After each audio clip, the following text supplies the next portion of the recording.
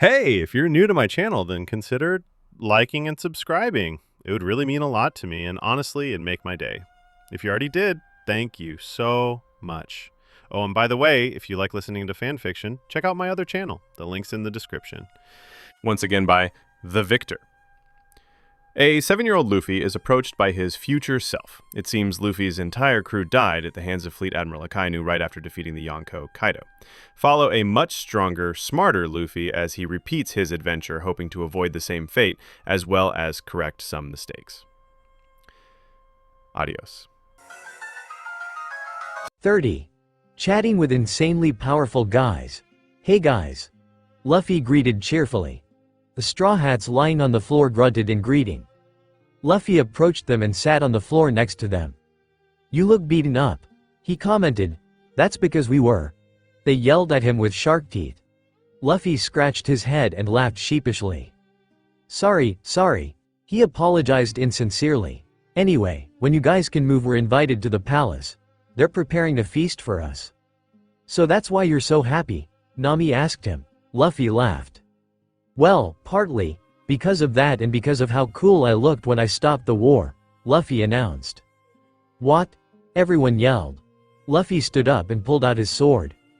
Yeah, the royal army was on the right and the rebels were on the left. I had Crocodile lying at my feet. And I was like, if you guys want to continue fighting, I'm kicking all your asses, he announced and raised his chest proudly. Really? Chopper and Usopp beamed. Luffy nodded. You're so cool, Luffy, Chopper told him with stars in his eyes. Luffy laughed embarrassed. The rest of them looked shocked at Luffy. Why, you actually did that? Zoro asked. Luffy nodded.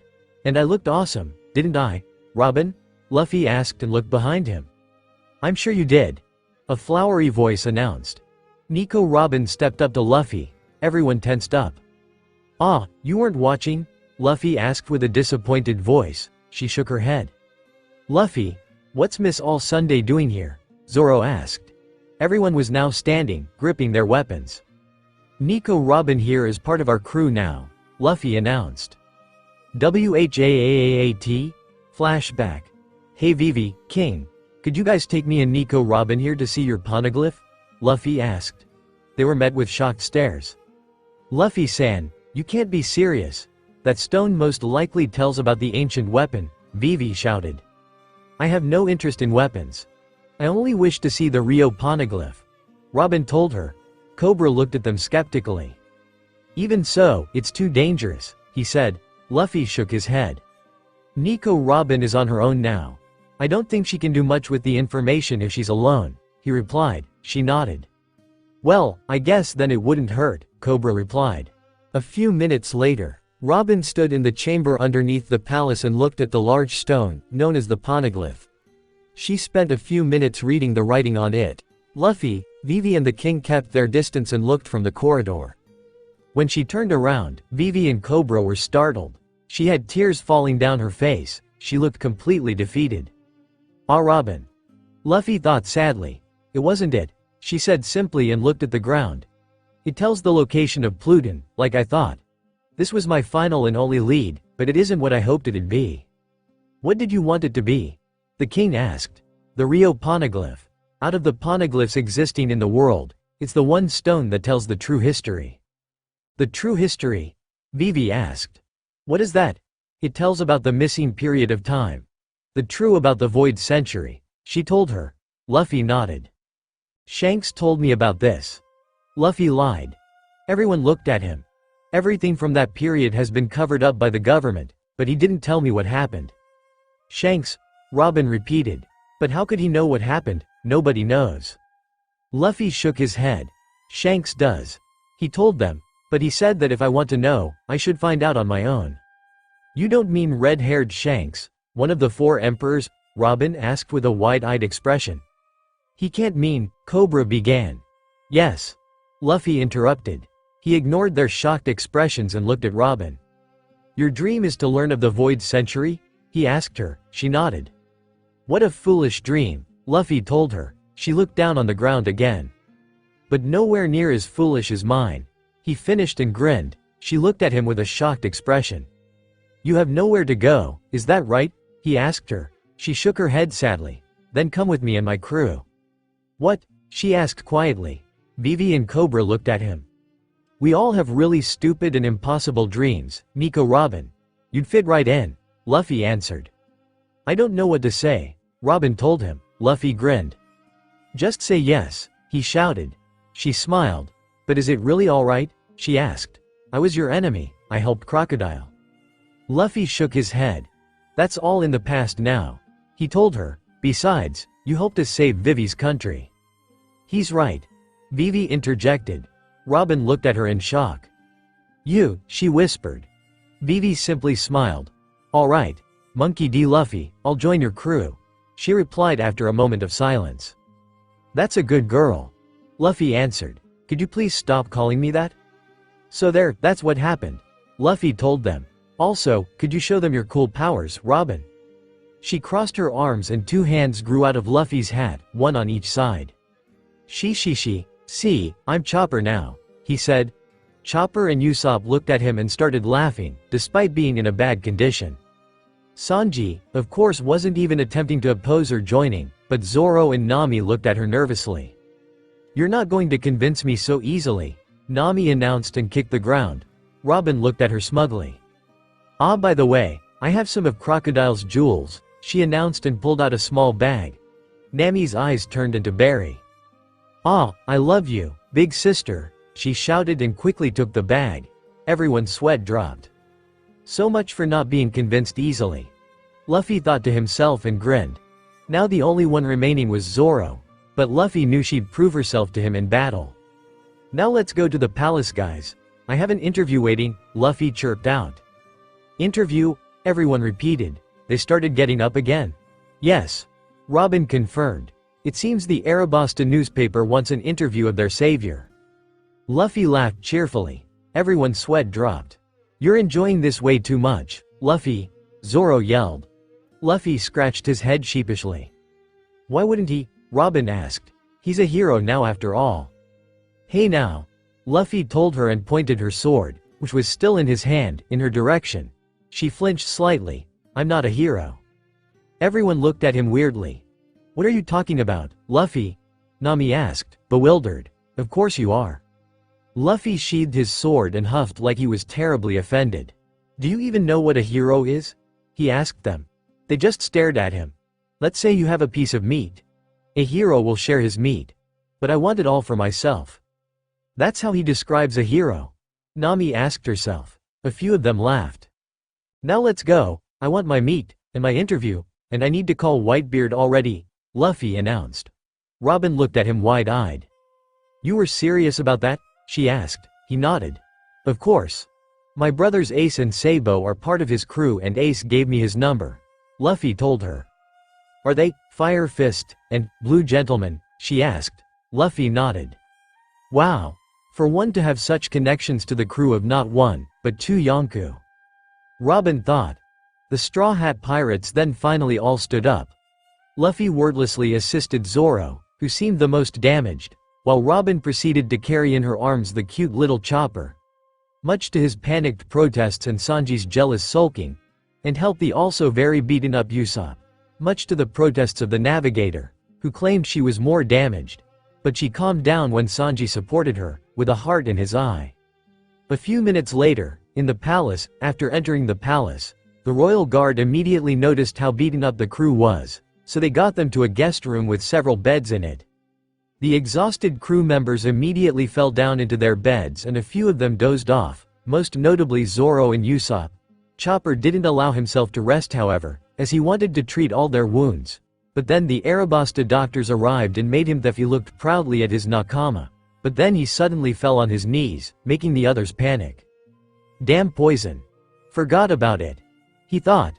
The doctors tried to get to him, but he motioned them to stop. But Luffy, they had to treat you, Chopper yelled with tears in his eyes. Luffy looked at him. It's fine. I only forgot to take the antidote to Crocodile's poison, he told them.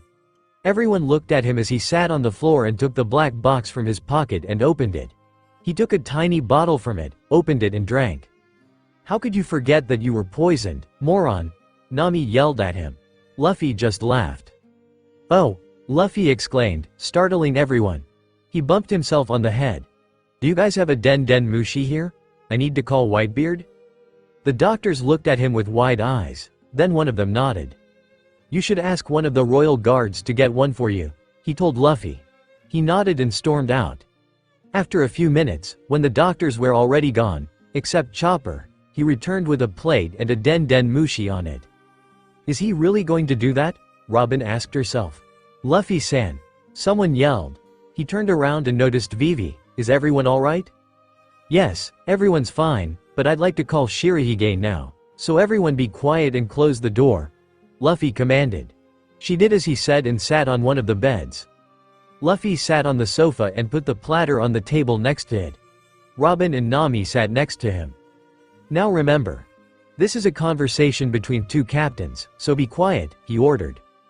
Luffy pulled out a paper from his pocket and called the number on it. Hello? Moosh moosh, he greeted. Hello? A bored-sounding voice asked. Who is this, Yoi? Ah, the Phoenix guy. Luffy thought. Is this the Moby, the ship of Yonkou, Whitebeard? He asked aloud. Yes, it is, Yoi. The man replied. Everyone in the room gasped. My name is Marco, 1st Division Commander. Who are you, Yoi? I can't believe this, Nami thought. 1st Division Commander of the Whitebeard Pirates. I'm Monkey D. Luffy, Captain of the Straw Hat Pirates, Luffy replied cheerfully. Luffy? The man repeated, but then he realized something. Ah, you must be Ace's and Sabo's brother, right? That's right. Luffy replied. So why are you calling, Luffy? Marco asked. I'd like to talk with your captain and Sabo. Luffy told him. The line was silent for a moment. Oi, Sabo, come here, Yoi, the man yelled. What is it? Another voice asked. It's your brother, Yoi, Marco answered. Ace? The voice asked. No, Luffy, Marco replied. LL Luffy? Who gave him this number? The voice stuttered. Ace. Luffy answered to them. Then they heard someone walking and picking up the Den Den Mushi. Hi, Luffy. How have you been? Sabo finally asked. This time his voice sounded louder, as he was talking directly into the device. I'm good, Sabo. Great actually. I just beat up Crocodile and we're about to celebrate, Luffy replied. CC Crocodile? Sir Crocodile? Of the Shichibukai? Sabo stuttered. Yep. Luffy replied. Is that surprising? He could hear Marco chuckling in the background and Sabo trying to say something. How the hell did you beat Crocodile? He finally asked. Luffy laughed. I used water, since he's a sand logia. Then I punched him a few times. She, he replied. Robin narrowed her eyes suspiciously. He didn't use water. He didn't have to, she thought to herself, so why is he lying? And then I claimed Arabasta as my own. Luffy added after a moment as Sabo didn't seem to be able to say anything. WHAAAT? Everyone except Vivi and Luffy yelled. She. You guys are all so funny. Why are you so surprised, Sabo? Marco? Luffy asked. Oh, and I stopped the war in Arabasta. I basically stood between the two armies and told them I'd beat them all up if they continued fighting. It was so cool. Then everyone was startled to hear uncontrollable laughter from none other than the 1st Division Commander. Marco, stop it. Stop it. Why are you even laughing? Sabo yelled. Ha ha ha, sorry Sabo. But you and Ace are complete wimps compared to this guy. Marco replied. Luffy grinned and laughed. She. Thanks, prepare to see my bounty double, Sabo, he told them. Oi, which Shichibukai should I beat up next? Is Gecko Moria anywhere near Arabasta? Don't even think about it, Luffy, Sabo yelled, while Marco roared in laughter in the background. And you, don't encourage him. Is he serious? Nami thought. I thought Crocodile was scary enough. Luffy is so cool, Chopper thought and looked at his captain in admiration. So how have you been doing, Sabo? Is it true Blackbeard killed a crew member? Luffy asked. This sobered them up immediately. Marco's laughter stopped. Almost, he replied somberly. Luffy's eyes widened. Thatch is alive. Luffy thought surprised. I actually found Thatch just in time, before he bled out, Yoi. Thanks to you I might add. Marco finished. Every Straw Hat member gasped in surprise at this new development. Thanks to me? Luffy repeated in confusion. Yes. Sabo told me about some kind of weird warning you gave him when you were a kid, Yui. I remembered about that in Teach and got a really bad feeling, so I went to check on them. Turns out you were right in his case. Marco replied. So, you're saying Blackbeard is a big, fat, ugly guy with bushy chest hair that likes pies? Luffy asked in a deadpan voice. Yes, actually, Yui. Marco replied. Why pies though? I hate pies. Luffy replied. So, is he going to make it? Marco sighed. Too soon to tell, Yui.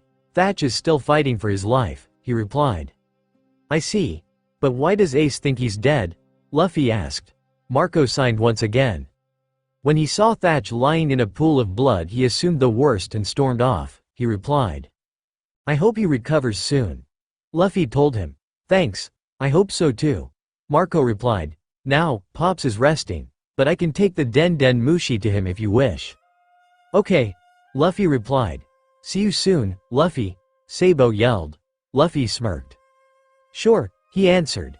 Don't tell me, he really is going to speak to the great Whitebeard, thought Nami in shock. They heard the sound of walking and then Marco knocked on a door. Luffy-san, you should be careful how you speak to him, Vivi thought, nervous. Come in. A loud, booming voice announced. This startled the two sleeping Nakama awake. What's going on? Usopp and Zoro asked at almost the same time. Captain San is going to talk to Whitebeard, Robin told them. Really? They both asked. Usopp seemed scared as hell, while Zoro seemed excited. Edward Newgate, the strongest man in the world. Zoro thought and grinned. Pops, I have someone who wants to talk to you. They heard Marco say. Someone else groaned in annoyance. I thought I told that red-haired brat to stop calling me and come in person, Whitebeard commented. This is definitely Edward Newgate, Robin thought in shock. He refers to red-haired Shanks as a brat. Usopp thought in panic. What has Luffy gotten himself into? It's not red-haired, Yui. It's Ace's and Sabo's little brother, Straw Hat Luffy. The one with the incredible first bounty. Marco told him. Luffy smirked proudly. Hey, old man, Luffy yelled. The entire Straw Hat crew cringed at this. Give me the Den Den Mushi, Marco, Whitebeard said calmly. Hey brat. He greeted after a few moments. So you're their little brother? That's right. Luffy replied. So why are you calling? Do you want to become my son like they have? Whitebeard asked. The Straw Hats were shocked. He's so quick to offer him to join the crew, they thought. Luffy laughed, much to the horror of some of his crew members. Luffy, don't provoke him. Please don't provoke him, thought Nami and Usopp while nearly praying. Chopper just thought Luffy was super cool and looked at him in awe, while Robin had a troubled expression. Sanji and Zoro just smirked. No, the Pirate King can't have a captain. Luffy finally replied and this caused the navigator even more scared. There was silence from the other side for a moment. Guerrero Urara, Pirate King, eh? Whitebeard asked. You're one cheeky brat, aren't you? And you have one really big dream. She, I guess so. Luffy replied to him. Nami and Usopp sighed in relief. So why are you calling me, brat? He asked. I wanted to thank you for taking care of my brothers. Especially Ace. Do you know about, Luffy began. Yes. I do. Whitebeard interrupted. But it's no problem, kid. They are my sons now. Luffy grinned. That's good. Luffy replied. I'm really glad they found their place. Especially Ace. He was really messed up as a kid because of, you know. How so? Whitebeard asked. What are they talking about? Thought everyone. Well, Luffy began. Ace was really nasty when I first met him. I'm often told I have no manners, but he was much, much worse than that. This information shocked the ones that met Ace, that is, everyone except Robin. He had no manners at all. Even worse, he actually spat at me when we first met, without even knowing anything about me. Luffy told him. No way. Nami thought with her eyes wide. There's no way Ace was like that. All because of that. Sabo wasn't as bad, but he had his problems too, so that's why I'm glad you gave them a family. Luffy finished. I see. Whitebeard replied quietly. There's one thing I'd like to ask though. Luffy told him. What is it? The Yonko asked. If we meet Blackbeard, Luffy began. What should we do? There was silence for a few moments. If you meet him, don't fight unless you have to, Brad. The Yonko warned. This will be settled by the Whitebeard pirates, so don't interfere. Your brother will handle it. I see. Luffy replied, but inwardly he cursed. I'll do as you asked. Good. I hope we meet soon, Brad, Whitebeard said. Luffy smiled. I have a feeling it'll be sooner than you think, old man, he replied. Gurarara, cheeky brat, the Yonko replied and hang up. Luffy sighed. Damn it. Luffy thought. Now it's unavoidable. What the hell was that? Nami yelled at him. What did I do? Luffy asked her. Why did you talk to him that way? He's the strongest man in the world, she continued. Nami, stop yelling. Shirahige Asen hates wimps anyway. 31. Royal Shichibukai, Sir Monkey D. Luffy after lots of resting, an interview and a huge feast, where the king and his royal guards got a real taste of what a pirate banquet feels like. The Straw Hat Pirates were invited to the royal bath. Zoro was washing Chopper's back, while Luffy and Usopp messed around. The king simply sat down with his legs in the water. Hey, where's the girls' bath? Sanji asked with a perverted expression and poked Igaram with his elbow. Igaram slapped Sanji's hand away angrily. You idiot, he yelled. Like I'd tell that to someone like you. Vivi-sama is in there. Come on, don't be so stingy, Sanji replied. It's right over that wall, Cobra announced and pointed. Your Majesty, you bastard, Igaram yelled. Oh, I like your style, Usopp told him. Everyone quickly ran over to the wall. This feels so good, they heard Nami say as they looked over the wall. I wonder if any ships out there have baths this big on them? I'm sure there are, Vivi replied. The sea is so vast. We've seen giants, dinosaurs. Sakura bloom in the land of snow. The sea must contain many more unbelievable things. I have to agree. I'm sure civilian cruise ships as well as a few pirate ships have them, Robin added. Wait a minute, what is everyone doing up there? Vivi asked as she turned around and finally noticed Cobra, Sanji, Usopp, Igaram, the hypocrite, Eyelashes, Chopper and Luffy, all peeking at them.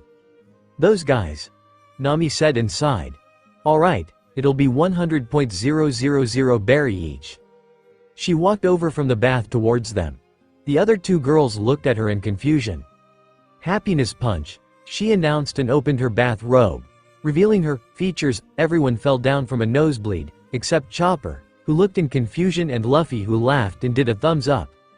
Then he quickly jumped down to the other guys and wiped his own, less noticeable nosebleed. Nami-san, Vivi yelled with a blush, while Robin just chuckled. Why wasn't he affected? Nami asked the other two. They shrugged. Maybe he's gay. Nami concluded on her own after a few moments. Luffy, who was listening from the other side of the wall, smirked.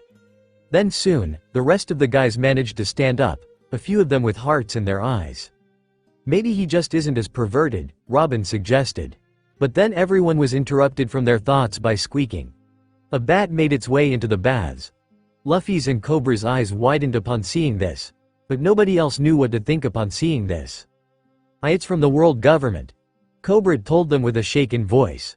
He took the message from the bat and read the writing on the envelope. He gave it to Luffy, who took it and looked to everyone in surprise. TT, that's bad. Usopp stuttered with a panicked expression. They're probably saying we should prepare ourselves to die or something. Don't be ridiculous, Sanji yelled at him. We saved one of their countries, there is no way it says that. Zoro just stared at the envelope, while Chopper looked at what Luffy will do. What's that, guys? Nami yelled from the other side of the wall. Luffy got a message directly from the government, Usopp yelled. What? All three of the girls came running to the men's bath, much to the pleasure of a few perverted men. Namely all of them laughing face. Is it true, Luffy-san? Vivi stuttered. Luffy nodded. Then he turned his attention to the envelope. It said, To Monkey D. Luffy from Navy Headquarters at Marineford, the world government. Luffy slowly began unwrapping the paper. Robin's eyes were wide. It can't be, she thought, it's not possible. Cobra had much the same conclusion as Robin, but the rest of them didn't really know what it could be. Luffy's eyes widened in shock as he read the letter. Monkey D. Luffy, captain of the Straw Hat Pirates. Also known as Straw Hat Luffy, due to your recent defeat of the traitorous ex-royal Shichibukai, Sir Crocodile, also known as the leader of the Organization of Baroque Works as well as the saving of Arabasta, a member kingdom of the world government, you have been deemed worthy to take the now vacant seat as one of the royal Shichibukai. If you accept this offer, your bounty and the bounties of your crew will be revoked and you will be able to operate as one of the only 7 government-sanctioned pirate warlords. You will be granted protection by the government as well as several other privileges, which include the use of the government exclusive to Rai Current, the ability to request transportation on any government vessel, the ability to start earning money the legitimate way as well as by hunting other, non-Shichibukai pirates as well as many others, which may be discussed. You may act in any part of the sea, but you must stay within the Grand Line. You may leave it for short periods of time if required. Of course, in return for your position, you will be required to stop any activities that go directly against the laws of the world government. In addition, you will be required to obey any direct orders from the head of the government or the navy. If you should go against government laws, disobey your orders, be publicly defeated or humiliated or resign yourself, your bounty will once again become active and you'll be hunted once more. Should you accept, your position will be given immediately and your presence will be required at Navy headquarters at Marineford to discuss your personal agreement with the government. You will become known as the Royal Shichibukai, Sir Monkey D. Luffy. If you are unable to come to the meeting by your own means, a government boat will be dispatched to pick you up. Becoming one of the government-sanctioned pirates is a great honor and is rarely given to new players in the pirate world such as yourself. However, you have proven yourself worthy first with your actions in East Blue and now in the Kingdom of Arabasta, here on the pirate graveyard. As a result of your actions, you have gained a reputation for yourself practically overnight. You should also feel honored that while in normal circumstances a meeting is called between the Navy and the Shichibukai to determine the new member, the heads of the government themselves have decided to forego all that and invite you immediately. Should you refuse our very generous offer, your bounty will be updated to fit with your newly recorded level of strength and you will be hunted down like any other pirate. We wait for your answer and hope you'll make the right choice. Vice Admiral Suru, on behalf of the Fleet Admiral of the Marine HQ and the world government. Luffy started laughing almost hysterically upon reading the entire letter. Zoro pulled the note from his hand and read it. I can't believe it, he stuttered. Everyone looked at him, now really on edge. What? Nami asked nervously. Zoro looked at them. Luffy, he started. I've been invited to become a Shichibukai, shi. Luffy interrupted. Everyone's jaw dropped on the ground. WHAAAT? 2 days later, somewhere in the New World. Gahahahaha. I can't believe this guy. Shanks laughed loudly and threw a newspaper at the ground. Didn't you just complain you had a hangover, red-haired? Dracule Mahawk asked in an annoyed voice. I feel much better now, Hawk Eyes, Shanks replied. Of course you do. Hawk Eyes replied. Shanks nodded. So, did you teach him to be so dramatic, red hair? Mahawk asked. I didn't teach him anything. Luffy is crazy enough on his own. Shanks told him. Mahawk looked at him oddly. Really? Because that sounds a lot like your handiwork, red-haired, the Shichibukai replied. It does? Shanks asked. Mahawk sighed in annoyance. Shanks just laughed and started drinking from a cup of sake. Anyway, your friend Straw Hat has been offered a Shichibukai seat. Mahawk told him. Shanks spat out his sake and looked at his rival in shock. Then he started laughing again. Do you think he accepted? Mahawk interrupted. Shanks looked at him like he grew 3 heads and continued laughing. Gahahahaha. You must be stupid, Hawk Eyes. After a few moments of laughing and annoying the Shichibukai. I don't want to be told that by someone like you, Akagami. Mahawk replied and sighed. Did you also read the interview? Yes. I think Arabasta loves him right now. He's probably treated like a celebrity there. Gahahahaha. Shanks told him. By the way, why do you have a subscription to the Arabasta newspaper, Taka no Mi? The Shichibukai sighed. Didn't I already tell you twice? He asked. I visited Alubarna once and slept in a hotel. Oh, right. Shanks interrupted. Some bandits caused trouble and interrupted your nap so you beat them and then they gave you the subscription in thanks. Exactly. Mahawk replied. Now. Give me pen and paper. I need to write Anchor a letter, Shanks commanded. Several people groaned. Did you have to shout, boss? My head will explode, one of them complained. Gahahahaha. Wimps.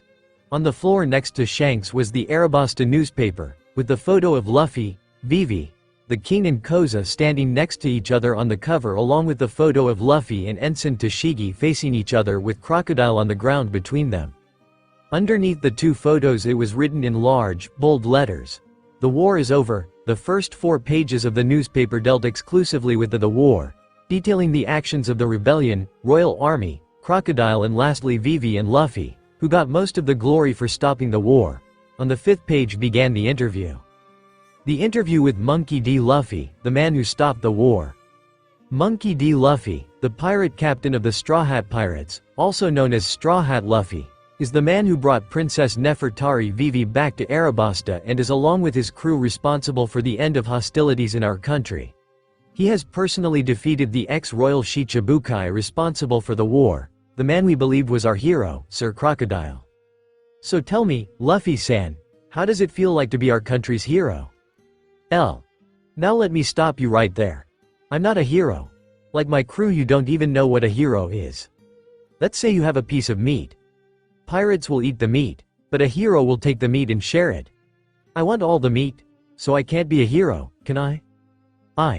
Right, so then how do you explain your selfless actions that helped save Arabasta and many of its citizens? For that you should mostly thank Vivi, the princess of Arabasta. How did you meet the princess anyway? At first we were enemies. She actually worked for Crocodile's group, the ballet works, or whatever it was. Its name was Baroque Works. Right. She worked for him, trying to find as much information about his group as possible. But, when she found out who the boss was, she was targeted by his assassins. I think it was the Mr. 5 pair. Both of them had devil fruits. So why did you save her? For money, first. Laughs, my navigator really loves money, so she thought we'd get a lot of it, if we saved her. I agreed, because money can get you meat. Right. So what changed? Well, after Zoro beat up the 2 agents and I saved her, she told us about her country and the war, and by accident she told us that it was Crocodile's fault. By accident? The princess revealed his name by accident? Laughs, yep. So then we had no choice but to take her aboard, since we were immediately targeted ourselves. But after a while we became friends and nakama. So why did you decide to help her save the country other than for being a hero? I'm not a hero and my crew are not heroes, because we didn't save the country for the people, or the king, or to stop people from dying or any other heroic reason like that. Then why did you? For her. Vivi. One of our own. She was always sad, always worrying about her country. She rarely ever smiled and I couldn't stand that. Why you did all that to make a friend that you knew for only a few weeks, smile? It doesn't matter how much time you know a friend if the friendship is real. And a nakama is more than that. It's family, practically. If only more pirates would think like that. Now I'd like to ask you how you felt when you were standing between the 2 armies. Were you scared? Not really, and I'll tell you why. First of all, because I thought it was so cool to be doing that. Second, I knew that most of the soldiers wouldn't fight anymore. And third, I have the coolest devil fruit ever, so I wasn't too worried. What about Crocodile? Did you feel afraid while facing one of the Shichibukai? More importantly, how did you beat him, especially since he has a powerful Logia devil fruit ability? I wasn't scared, since I knew what I was facing and how to win. Sir Crocodile has the Logia devil fruit Suna Suna no Mi, which is powerful, but has a major weakness, which is water. So, by making him wet, I was able to weaken him and defeat him. Without it, I would probably be defeated pretty easily, since I don't really know how to even fight Logia devil fruit users in general.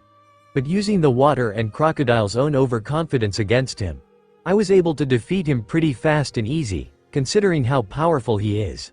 I still got wounded though, but nothing too serious. You mentioned you have eaten one of the rare devil fruits? Which one? When did you eat it, and is it better than the rest, and if it is, why? When I was 7, a great pirate came into my village. He had the Gomu Gomu no Mi and I ate it on accident. It literally turned my whole body into rubber. It's not nearly as destructive as many of the other devil fruits, but it's a great devil fruit anyway. I'm often told that my devil fruit is useless or stupid, but those people often have no idea at all of what I can do with it. I wouldn't change it for any other. So, you put Arabasta under your protection. What exactly do you want in return? L. Nothing. I didn't demand anything, but there are things I expect from this island. Firstly, I expect to be safe here. I don't want any marines chasing me while I'm here. Secondly, I expect a place to stay and supplies whenever I stop here. The king has already promised all of that to us. Are there any other places under your protection? L. Yes, Konami Islands in East Blue and Drum Island here on the Grand Line. My home island doesn't need protection though, as it's already under the direct supervision of a trustworthy marine. What is your relationship with marines in general? L. I never attack first, but marines seem to be exceptionally hostile towards any and all pirates, so I often have no choice but to fight them. I don't hate them for that, but I do find it very annoying. What about civilians and other pirates? L. I never attack civilians, but I would attack other pirates if we needed money. Is there anything you'd like to say to the people of Arabasta? L. You are lucky to have such a king and princess. You rarely see rulers who actually care this much about their people. Actually, not 2 weeks ago, I've kicked the very hated King Wapple out of the Drum Kingdom. I see. Is there anything you'd like to say in general? L. Live without regrets. Follow your dream if you have one. And lastly, if you hurt one of my nakama or friends or any island under my protection, you'd better pay for your funeral. Thank you, Monkey D. Luffy.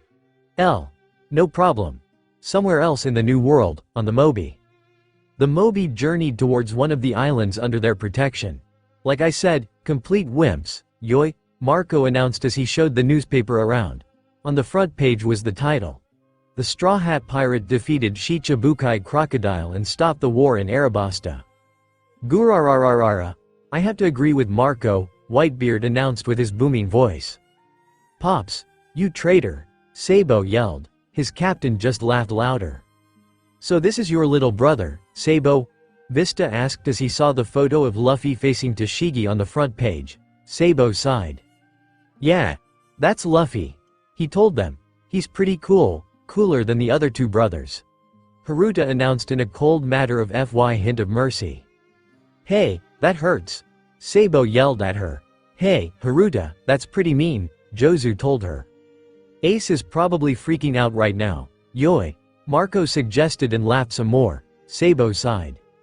You'd be freaking out too if your little brother did something this crazy, Sabo told him. Marco chuckled. I detect jealousy. Marco chirped out. I'm not jealous, Sabo yelled. Anyway. Marco continued. It says here that he's been sent a Shichibukai invitation.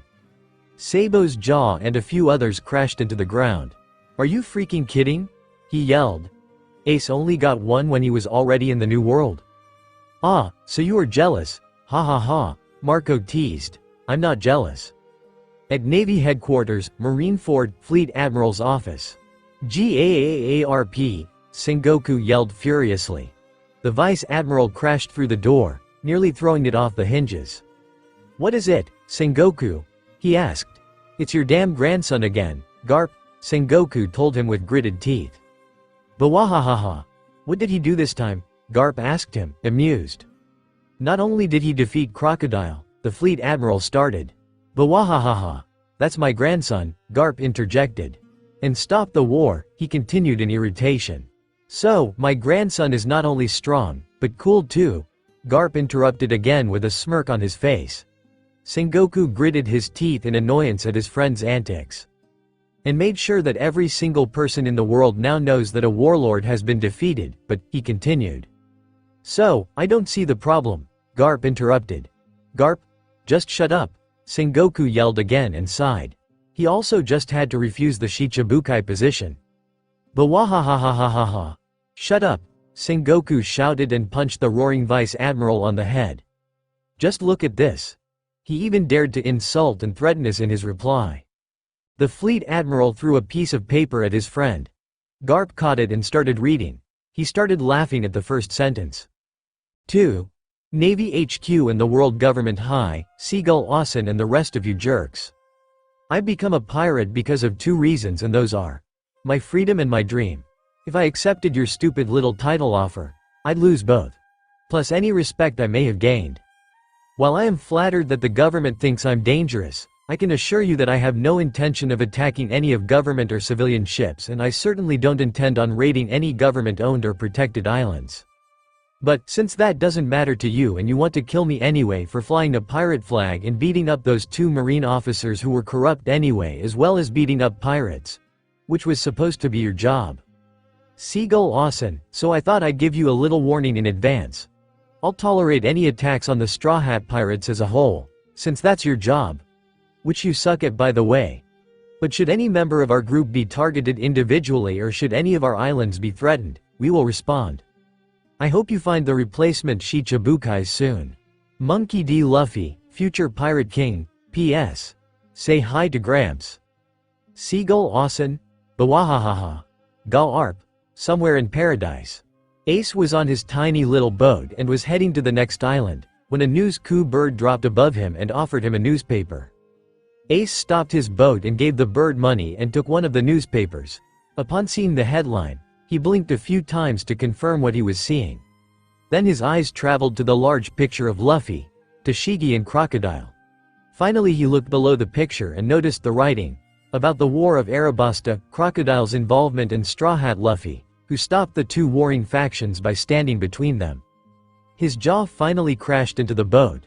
2 days later, a royal guard entered the Straw Hat Pirates' room. Someone is requesting to talk to you. He said his name is Bon Chan. He told them. In his hand he carried a silver platter with a den den mushi. Luffy immediately took it. Moosh moosh. Hello. Gahahaha. It's me, gahahaha, a voice asked. Robin's eyes widened. Why is Mr. 2 Bon Clay calling us, she thought. Oh, it's you, Luffy said. What do you want? Era, it's this the voice of Mugi-chan? Bentham asked. You're so strong, I was so surprised. You beat Zero-chan. Oh, yes, don't go calling me Mr. 2. If the Marines find about this, I'll be in super big trouble. He just said it himself, Chopper yelled. Just spit it out, commanded Zoro. Oh right, I took your little ship, Mr. 2 announced. WHAAAT. Everyone yelled with shark teeth. Asshole, that's not funny, said Usopp. Where are you now? I'm on your buat. Bon Clay replied. Damn it, Sanji cursed. Of all the annoying bastards. You've got it all wrong, Bentham interrupted. Aren't we friends? Gahahaha, gahahaha. A few minutes later, so that's why we're leaving. Luffy finished. He turned to Vivi, who stared at him, saddened by the news. Hey, everyone, she asked. What should I do? Listen, Vivi, Nami told her. We'll give you 12 hours to think about it. After we take our ship back on the Sandora River, then exactly at noon tomorrow, we'll swing the ship past the eastern harbor once. We won't be able to drop anchor, so that'll be your only chance if you decide to continue adventuring with us. If so, we'll celebrate, like pirates. You're the princess of this kingdom, so this is the best invitation we can give you, Sanji told her. Why do you even have to leave already, everyone? Vivi asked them. Father has forbidden chasing you guys in the kingdom. But Marines can still stop us on the sea. Zoro told her. They don't exactly have to follow the king's commands on the ocean. And they won't, they'll try to get the ship. Luffy nodded. Nami's eyes twitched. That's all because this guy, she said in an irritated voice and bonked Luffy on the head. Refused the Shichibukai position. Moron. Sorry, Nami. Luffy told her, but I don't want to take orders from anyone. Then Robin approached Vivi. Princess San, I wanted to apologize. Robin started and bowed her head. I've caused you a lot of grief as Crocodile's partner. Vivi smiled. I've already forgiven you, Robin San. You did help us in the end, she told her, and Robin looked at her in shock. But, Robin started. It's okay, Vivi interrupted. Come with us, Vivi, Luffy yelled, and then they left. A few minutes later Igaram came running into the room, with 2 wanted posters. They fell on the floor as he noticed the pirates were already gone. Roronoa Zoro wanted dead or alive 60.000.000 berry. And Monkey D. Luffy wanted dead or alive 160.000.000 berry 32. Goodbyes. I was waiting for you guys. Bon Clay yelled from the crow's nest. How lovely to see you again. Bon Chan. Luffy yelled, but the rest completely ignored the poor agent. Alright, we made it, Zoro announced. Yash, unload our stuff. Sanji said. Thank you a lot, guys. This is farewell to you as well, Usopp told the ducks. Take care while going home. Zoro told them. Say hi to the king and rolls Asen, Luffy yelled. Stay well. Chopper yelled and everyone waved at them and the ducks waved back. Someday let us meet again. Bon Clay yelled and waved with tears in his eyes, for some reason. Wait a minute. He then yelled as he realized they all totally ignored him, except Luffy. What kind of attitude is that towards your friend? Are we still friends, Bon Chan? Luffy asked, although he already knew the answer. Of course we are, Mugi Chan, Bon Clay told him. But you tricked us, Usopp yelled. Mr. Two shook his head. I did not trick you, he replied. I didn't know either. But really, that's all in the past now. Baroque works has crumbled. We aren't enemies anymore. But then he noticed Robin, who stood by herself and looked at him. Miss All Sunday? What are you doing here? He asked panicked. Calm down, Bon Chan. Luffy interrupted. Her real name is Nico Robin. She joined our crew. Really? He asked. Everyone nodded. Oh, that is so wonderful. He yelled with tears in his eyes. So even between enemies such wonderful friendship can bloom. You're an enemy too, shithead, Sanji yelled at him. Such harsh words for your friend, Bon Clay replied and covered his face with his hands, as if he was going to burst into tears again. Look, if I didn't take your ship, what do you think would have happened to it? Marines might have taken it, Nami replied. Bon Clay shook his head. Not might have taken it, he yelled. Marines would definitely have taken it. This island is totally blockaded by marine ships. Totally blockaded. Even if the king forbids the navy from pursuing you inside the country. Oh, nice interview, by the way, Mugi-chan. Thanks. Luffy interjected. They don't care about the king's rules here on the sea, Bon Clay finished. Bon Chan. You saved Mary. Luffy yelled and jumped on the ship and hugged him. Both had teary eyes. So you still see me as your friend, Mugi-chan? Bon Clay asked. Friend? Usopp and Chopper asked. In about a minute. All four of them were dancing while yelling. Stop joking around. Oi, Mr. Two. With the Marines blockading our ship, that means you also couldn't escape. And so, you're using this to escape safely? Zoro asked. He hit his head on the ship and fell on the ground. Bon Chan. The silly trio yelled. That's right, Bon Clay admitted. Because we need each other, it's because of the horrible times we live in the name of sacred friendship. Let's combine our forces and fight together as one. Yeah, Usopp and Chopper yelled. Luffy just smiled. It may not seem that way yet, but you're a true friend, Bon Chan, he thought. A few minutes later, after exiting the Sandora River, the Going Merry and Swanda Express were immediately under fire. Fire, fire. Someone yelled from a marine ship. Several iron spears flew towards the Going Merry. For some reason they didn't fire at all at the Swanda. Maybe they didn't think they were enemies, or they simply prioritized the Straw Hat ship, but in any case, all the iron spears went to the poor Mary. Luffy jumped on the figurehead of the ship. He pulled out his sword. He slashed from one side to the other, but with that he only stopped the front attacks. The ship was still hit with several spears from the other sides. Zoro and Sanji somehow repelled some attacks from the left, but the rest were unprotected. A few of them just bounced off the hull, but half of them hit. Oi! There's no way I can patch up this many holes, Chopper yelled from the men's quarters. Robin helped him by handing him planks with her hands in. Do something, guys, Nami yelled.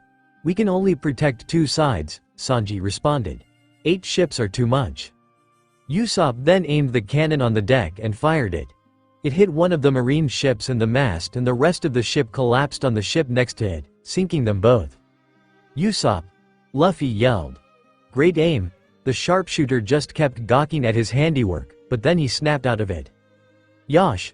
Just like I calculated, he finally yelled. That's what I can do when you rely on me.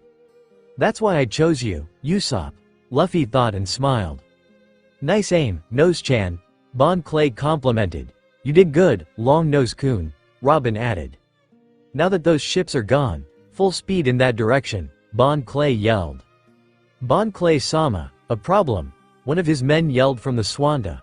It's the Black Cage. Mr. 2 seemed to panic momentarily. Black Cage Hina is the Marine HQ captain, who patrols this part of the sea, Robin told everyone. That's not good, Mr. 2 yelled. We need to get away fast. His men prepared to get away, but the Straw Hats showed no indication of wanting to do that. What are you guys doing? Mr. 2 yelled at them. If you want to go, just go. We can't. Luffy told him. The men on the Swanda just begged Bon Clay to escape on their own. We made a promise to be at the Eastern Harbor at noon. Nami told him. There's no time left, we need to press forward. Really, that's the silliest thing I've ever heard, guys. What possible treasure could it be worth your life? Mr. 2 yelled in panic. We're going to see a Nakama, Luffy answered him. Bon Clay seemed struck deep by those words. Immediately upon hearing them he declared that he and his men will divert the Navy's attention. The Swanda left the Straw Hat Pirates and headed south. The Navy ships soon followed them. Sorry, Bon-chan. If we somehow got near enough for me to cut up all those ships, this wouldn't be necessary, but there's no way to do that without completely destroying the Going Merry. Luffy thought. Since attacking Impel Down is inevitable now, I guess I'll see you soon. The Straw Hat Pirates watched in shock and half of them cried as they saw the Swanda getting destroyed by the iron spears, while they were escaping. Bon-chan! Luffy yelled. He swore he could hear his friend yelling, Okama way, in the distance. You're always so quick to sacrifice yourself for a friend. Mr. 2. Thought Robin. I never thought. Upon reaching the agreed meeting place, they immediately heard Vivi's voice through the speakers. So Princess San isn't coming? Robin asked. Guess not. Zoro replied to her, even though it wasn't really a question. Everyone looked sad. Robin's eyes glanced at the captain. He looks disappointed, but not really surprised, she thought to herself. They started slowly sailing away. Everyone, someone yelled. They immediately turned around. Vivi, Carue, everyone yelled and waved at them. They waved back. She took the Dendenmushi. I want to have more adventures. Vivi spoke through the Dendenmushi. I want to, but I can't because I love my country. But I wonder, if we meet again, she continued, will you still call me Nakama? After hearing this, the Straw Hat members wordlessly lifted their left hands, with an X written on each of them. Flashback. So we learned that the enemy has the ability to mimic our looks. But we shouldn't be scared, this gives us an advantage. Let this mark show that we'll always be Nakama. With this we don't need to doubt our Nakama. Vivi cried as the Straw Hats departed. 33. Night talk, or very early morning talk. Everyone, wake up, Luffy yelled. The other inhabitants of the Going Merry groaned in annoyance. Wake up, now, he yelled once again. What is it, stupid shithead? Sanji yelled at him. Why are you waking us in the middle of the night? It's not night, Sanji, it's morning, Luffy replied. It's still dark. Usopp muttered. Can't you let us sleep? Zoro yelled at him. Why are you yelling, morons? Nami shouted from the women's quarters. Well, I want everyone awake, Luffy replied. Her eye twitched. Not that you could see that from the other side of the wall, but anyway. Why? She yelled. Usopp covered his head with his pillow. Well, I couldn't sleep, Luffy began. That's why you woke us up, shithead? Sanji yelled at him. Luffy shook his head. We need to talk about your training too. And your battles in Arabasta. The captain replied. Also, Robin and Chopper were already up. Luffy, Chopper is on guard duty and Robin is just weird. Zoro told him with an annoyed expression. Well, anyway, don't change the subject, Zoro yelled at him with shark teeth. She, sorry. Luffy apologized insincerely. Anyway, I also got a message from my friend Shanks. Check this out. That piqued their interest, so they finally got up and went towards him. He handed them the note. 2. Monkey D. Luffy from Red-Haired Shanks. Hey Anchor. Me and the guys heard about what you did in Arabasta. And you're right, that was cool. Anyway, we wanted to hear from you, and since I never gave you the Den Den Mushi number, here it is. Hope you have one of those snails aboard. Call us soon. Shanks. YY Yonku. Red-Haired Shanks? Usopp stuttered. Luffy laughed. She, that's him. That's Shanks, he told them. They stared at him. Hey, Nami. Come to the deck, Luffy yelled. She groaned in annoyance. Fine, she shouted. Everyone made their way to the deck to find Robin sitting on a chair next to the mast with a book on her lap. So what did you want from us, Captain San? She asked. He smiled. We're going to call Shanks. She, he chirped out. Her eyes widened. Then he ran towards the kitchen and soon came back with the Den Den Mushi that the king had given him. He sat down on the ground. He checked to see if everyone was there, and it turned out there was, except Chopper, who was on the crow's nest. He dialed the number. Moosh moosh, Luffy yelled into the snail phone. Hey, is that you, Luffy? A sleepy-sounding voice asked. Yep, that's me, Ben, Luffy replied cheerfully. Excuse me, Captain San. Robin asked. But is that Ben Beckman? Yep. The voice replied. Yawn *, that's me. Why are you calling so early, Luffy? Well, I couldn't sleep and I was bored, Luffy replied. Ben sighed. Honestly, you're just as bad as the captain, he replied. Want to talk to him and the guys? Yep. Luffy replied. Ben sighed. There was silence for a moment and then. Oi, guys, wake up, Ben shouted. They could hear annoyed and sleepy groans. Why are shouting, Ben? Someone whined loudly. That sounds just like Luffy, several of the Straw Hats thought. Luffy's calling, Ben told them. They started talking amongst themselves. Luffy? Did he say Luffy? Anchor's calling? That scary kid?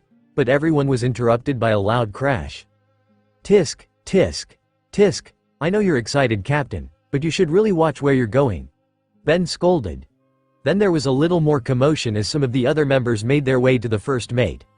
Then someone picked up the Den Den Mushi. Hey Anchor, Yawn *, a different sleepy-sounding voice greeted. Hey Shanks. Luffy greeted cheerfully. That's red-haired Shanks, Nami thought. First white-beard and now red-haired. Why did you have call so early, Anchor? Shanks whined. It's like 5 in the morning. Stop calling me that, jerk, Luffy shouted. The Straw Hats cringed upon hearing that, but to their surprise, Shanks laughed. Gahahahaha, sorry. He apologized insincerely. He's exactly like Luffy, Zoro thought. It's just so tempting to call you that. Shanks continued. Since you always sink in the sea. Like the little anchor you are. Gahahaha. So does Whitebeard, Luffy shouted at him and then sighed, stupid jerk. Shanks laughed. I guess that's right, he replied after a few moments. Hey, Luffy. A few other voices greeted. It seems Captain Sand is pretty popular on that ship, Robin thought to herself. Hey guys. Luffy greeted back. So, Luffy. Shanks started again. We heard what happened in Arabasta. Hawkeye's even showed me the interview. Hawkeye's? Zoro thought. She. So what do you think? Luffy asked him. It was really cool, standing between two armies and telling them you'd beat them up. Gahahahaha, he continued. I can't believe it. Usopp thought. He's the same as Luffy. She. I know, right? Luffy replied. Oh, by the way, I talked to Whitebeard a few days ago.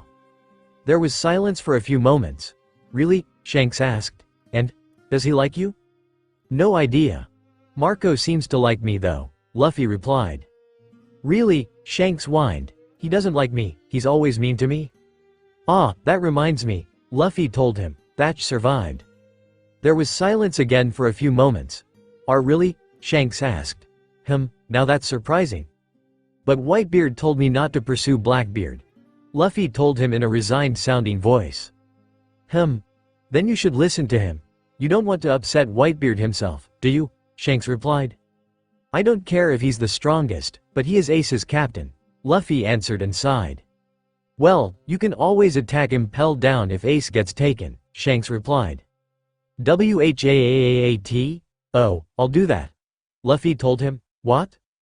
They're talking about assaulting Impel Down like it's a normal thing, everyone thought. Anyway, where are you now, Luffy? Shanks asked. Oh, we've left Arabasta 2 days ago and now we're heading to the next island, Luffy told him. Ah, Sky Island then. Should be fun, Shanks replied.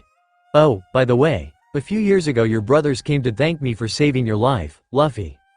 They did? Luffy asked. Yeah, but I didn't save your life, Luffy. I don't want to take credit for things I didn't do, Shanks whined. She. Sorry. Luffy apologized, but I didn't want them to know what really happened. So what did really happen? Zoro asked. Hey, don't interrupt two captains talking, Shanks whined. Luffy sighed. I was going to say that. Jerk, he replied. Anchor got attacked by bandits when he was 7 and he beat them all up, Shanks told them. When he was 7? Everyone thought. Luffy laughed sheepishly.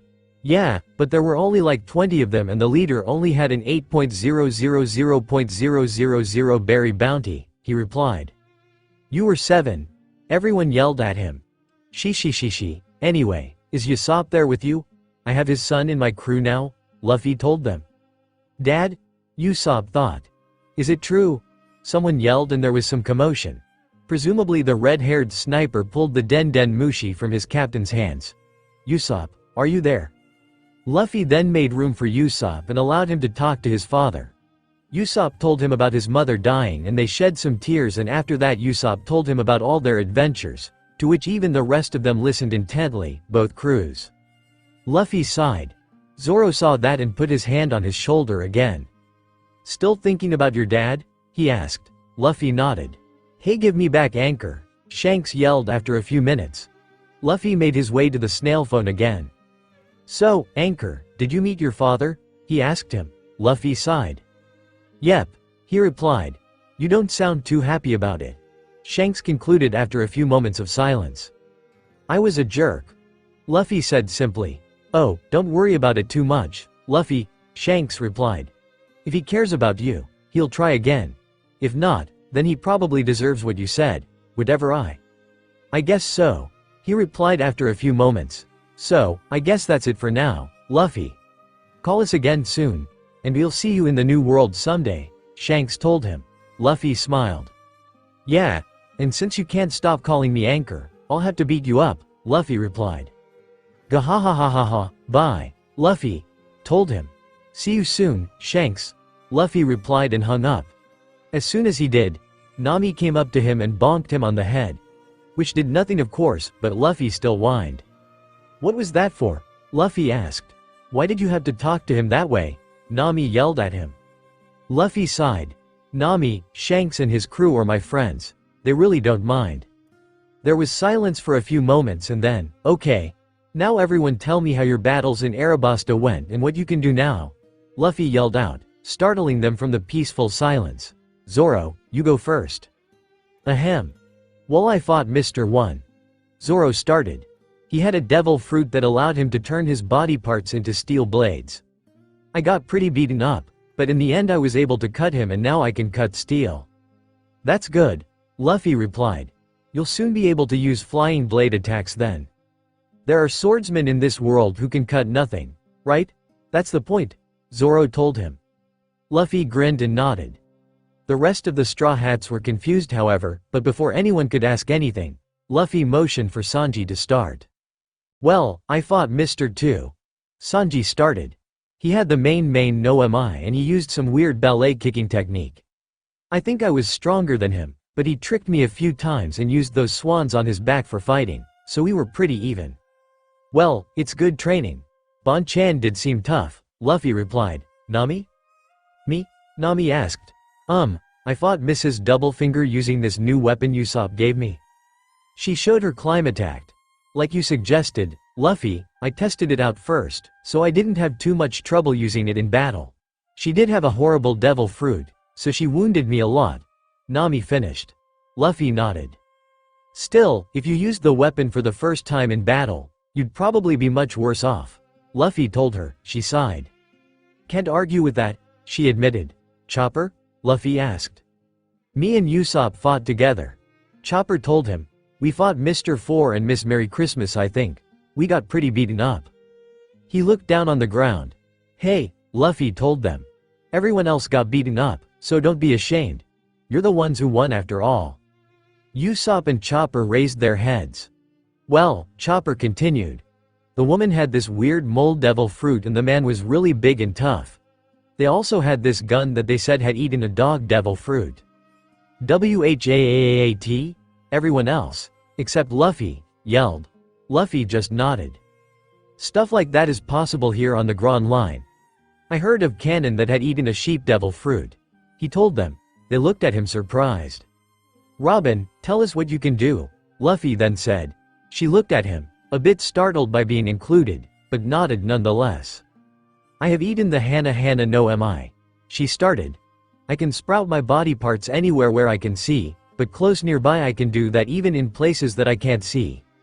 I can sprout many different body parts, but I mostly use hands and sometimes eyes, ears or legs. Cool, Usopp and Chopper beamed. She just laughed. What about you, Captain San? Would you mind telling us about your battle and abilities? She asked after a few moments. I couldn't help but notice that you were able to defeat Crocodile pretty easily if I may say so. Luffy looked at her for a moment and then nodded. I can do that. Some of you already know much about that, but I can repeat it, he said. First, I've eaten the Gomu no Mi. It turned my body to rubber. I can take all blunt hits, unless they are very strong or hockey infused. Now, most devil fruits become ineffective when the user is affected by sea stone, but my body is always rubber. I never need to activate my ability. Everyone nodded. I'm also a master of all three forms of hockey, observation, armament and intimidation. Those allow me to sense the presence of people, their attacks, surround body parts with invisible or visible hockey armor, overpower the will of others and other things. Hockey makes me a lot stronger and harder to fight. Luffy concluded. But how were you able to even touch Crocodile? Robin asked. And why did you say that you used water to the newspaper? With armament hockey, it allows you to bypass devil fruit defenses and touch a logia's body directly. Or in my case, punch it. Luffy replied. But why did you lie, Captain San? Robin asked. Luffy sighed. I want to appear weaker than I am and saying I have hockey would betray my strength, since hockey users are usually very tough. Luffy answered. Ah, right, Robin, you'll have to start training hockey too. She looked at him oddly. I don't feel like explaining everything again, so ask them. Luffy told her. I'm sure Sanji wouldn't mind telling you everything I've said about hockey. She looked at Sanji. Sure, Robin Schwan, it's no problem at all, my dear. Any more questions? He asked and looked at everyone. Nobody said anything, he sighed. Now I'm bored again. 34. The island in the sky. Oh crap, Sanji yelled. Everyone looked up and saw a gigantic ship falling down from the sky. I knew that wasn't rain, he yelled. Quickly, move the ship away. What was falling down on them wasn't rain, unless you count ancient bits of wood as rain. The Straw Hats made sure the ship wasn't hit and then stared confused at the sinking ship. Ah, that must have fallen from the Sky Island, Luffy told everyone cheerfully. WHAAT. I agree with Captain San, Robin replied. Outro to be precise, what is floating up there is a sea. A sea? Several of the Straw Hats questioned. Luffy nodded. There is a sky sea over there and an island on it, he told them. This is hard to take in, Sanji replied. But the log pose is pointing up, isn't it? Robin asked. Nami looked at her and nodded. To tell the truth, I've never been on a sky island. I don't know much about it, Robin told her then. Of course not, Nami yelled. It's impossible, islands in the sky, the log pose must be broken. I wouldn't say that, Navigator San, Robin replied. What you should be thinking now is not how to repair that log pose, but rather how to get to the sky. Nami looked at her in bewilderment. If the log pose points somewhere, you'll find an island there. The log pose is the only thing you can rely on completely. If there is a conflict between the log pose and your common sense loses 100% of the time, she continued. But, Nami began. Nami, Luffy interrupted. She looked at him. Shanks was on the Sky Island up there. It definitely exists. Weren't you listening this morning? Everyone looked at him. Shanks was up there once, he continued, with his old captain, Gold Roger. so it definitely exists. Everyone looked at him in shock. So it's true? Robin asked. The Pirate King was the captain of red-haired Shanks? Luffy nodded. Yes, but Shanks was only a cabin boy at the time, he told them. In the next few minutes, Robin proceeded to put back together the skeleton that had fallen on the Going Merry, and scared the crap out of the weakling trio, while Usopp and Luffy jumped on the rapidly sinking ship and explored it. When they returned, Luffy jumped on the middle of the ship and opened a large paper. Skypa, Nami read and took the map from his hands. Luffy, Usopp and Chopper proceeded to celebrate, which annoyed her. Hey now, it's only a possibility. The world is full of fake maps, you know, she told them. This ruined Chopper's and Usopp's mood, but Luffy was unaffected. Hey, are you saying Shanks is a liar? Shanks said he was up there, so it must exist, Luffy told her. Maybe he was drunk and he imagined it, Nami replied. Luffy shook his head. A true pirate only drinks after the adventure, he declared and raised his fist in the air. Adventure. Yeah, but how are we going to get up there? Nami asked with a growing twitch. We'll figure something out, he replied. After arguing for a few minutes, the monster trio was put into some kind of weird diving suits made of barrels. They dived. A few minutes later, someone crashed through the door. Just who are you? Masira yelled. Are you trying to muscle in on my turf? The three looked at him. Oh, a monkey, Luffy announced. Masira stared at him for a moment and then blushed. Do I really look that monkeyed over? He asked. Yeah, just like a monkey, Luffy replied. What kind of conversation is that? Zoro asked with a sweat drop. By the way, who are you? Sanji asked. Oh, how careless of me, Masira replied. But do you really think so? You really have an eye for quality? Hey, we asked who you are. Zoro asked in annoyance. Something crashed, but the four ignored it completely. I'm Masira, the monkey announced. I'm the Salvage King. Really? Luffy asked with stars in his eyes. The other two sweat dropped. I'm Luffy and those are Zoro and Sanji, Luffy announced and pointed at each of them. We've come here from East Blue. Great to meet you, Masira replied and laughed. So, you guys are from East Blue. That's right, Luffy confirmed and laughed. But man, you really look like a monkey. Oh, you're just saying that, Masira told him. Oh, by the way, Monkey-san? Luffy asked. Masira's eyes lightened up from the praise. We'd like to get to the Sky Island.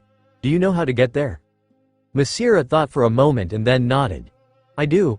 Well, I don't, but Cricket-san does. We could go there together, he announced. Yahoo! Luffy shouted and raised both of his hands in the air. Ah, by the way. What's in those bags there? Masira asked and pointed at the 3 bags by the Straw Hat's feet. Ah, the stuff we found on the ship, Luffy replied. Want to see? You've been taking stuff from the ship? Masira asked in a cold, angry voice. Luffy nodded and showed him what was in the bag. But you can have it, if you'll really help us. Luffy told him and his anger disappeared instantly. But please let me keep this awesome armor. Luffy pointed at a rusty suit of armor and sword. You know, that's probably worth the most, Masira told him. Luffy pouted. But I want to wear it, isn't it part of every man's romance to one day wear a suit of armor? He asked. Masira looked struck by his words. Man's romance? He repeated. Luffy nodded. I can't go in the way of a man's romance, Masira replied. Keep the armor. Both of the other Straw Hats' sweat dropped. Man's romance? A few minutes later, Luffy walked around in his rusty suit of armor. Masira stood on the railing of the Going Merry. So you'll help us get there? Nami asked. Masira nodded. I must always help a fellow dreamer, he replied and raised his chest. Just follow my ship and we'll get you to Jaya, where Mont Blanc Cricket lives. But first, we must get some supplies. Is there a town around? Nami asked. Her eye twitched as Luffy walked past her in armor. There's Mock Town. We can stop there, Masira told her. Yosh, let's go to Jaya, Luffy announced and raised the sword high. Masira jumped on his own ship. Why are you wearing that? Nami yelled. Luffy raised his visor. Because it's cool, Luffy replied. Her eyes darkened. You idiot! Nami yelled and punched him. The armor was already weak and shattered on contact. Luffy angrily pushed the remains of the armor off. "Let's go to the stupid town already, jerks," Luffy shouted. Every straw hat on board cringed at this. Except Robin, who quirked an eyebrow. "Oh shit," thought Usopp. "This is bad. Guess lack of sleep isn't the only way for Luffy to get in bad mood," thought Sanji. Zoro smirked. Now the witch will think twice before randomly punching people. Luffy stomped off towards the figurehead and sat down on it. They followed Masira's ship. What was that, if I may ask?" Robin asked the others after a few moments. "And why is everyone so nervous?" Well, Luffy is in a bad mood now." Usopp stuttered. "And that's scary." Chopper nodded. Robin looked at them oddly. "It's all Nami's fault," Zoro told everyone. "What was that?" Nami yelled with a twitch in her eye and a punch ready. "Well, if you wouldn't punch people randomly, we wouldn't have to deal with a pissed-off Luffy today," he replied. "It wasn't random," she yelled. He shook his head. "Maybe not, but to him it was," Zoro replied. "He was being stupid and it irritated me," Nami yelled. "He really likes armors. I don't know why, but he does," Zoro told her. "Plus, even if it was, this was the first stupid thing he did today. He woke us up at 5 in the morning," Nami yelled. Zoro sighed. "You're still on about that?" he asked. She glared at him. "Well, she began. If I may interject, Navigator-san, Swordsman-san," Robin interrupted. Everyone looked at her. "I agree with Swordsman-san." Nami's face fell, while Zoro smirked. "He might have waken you up for a stupid reason, but what he did afterward wasn't stupid at all," Robin told them. "He called red-haired Shanks, which was a conversation which I'm interested in. Also, he took your battle reports, which is a good thing for a captain to do." "Did you hear how he talked to him?"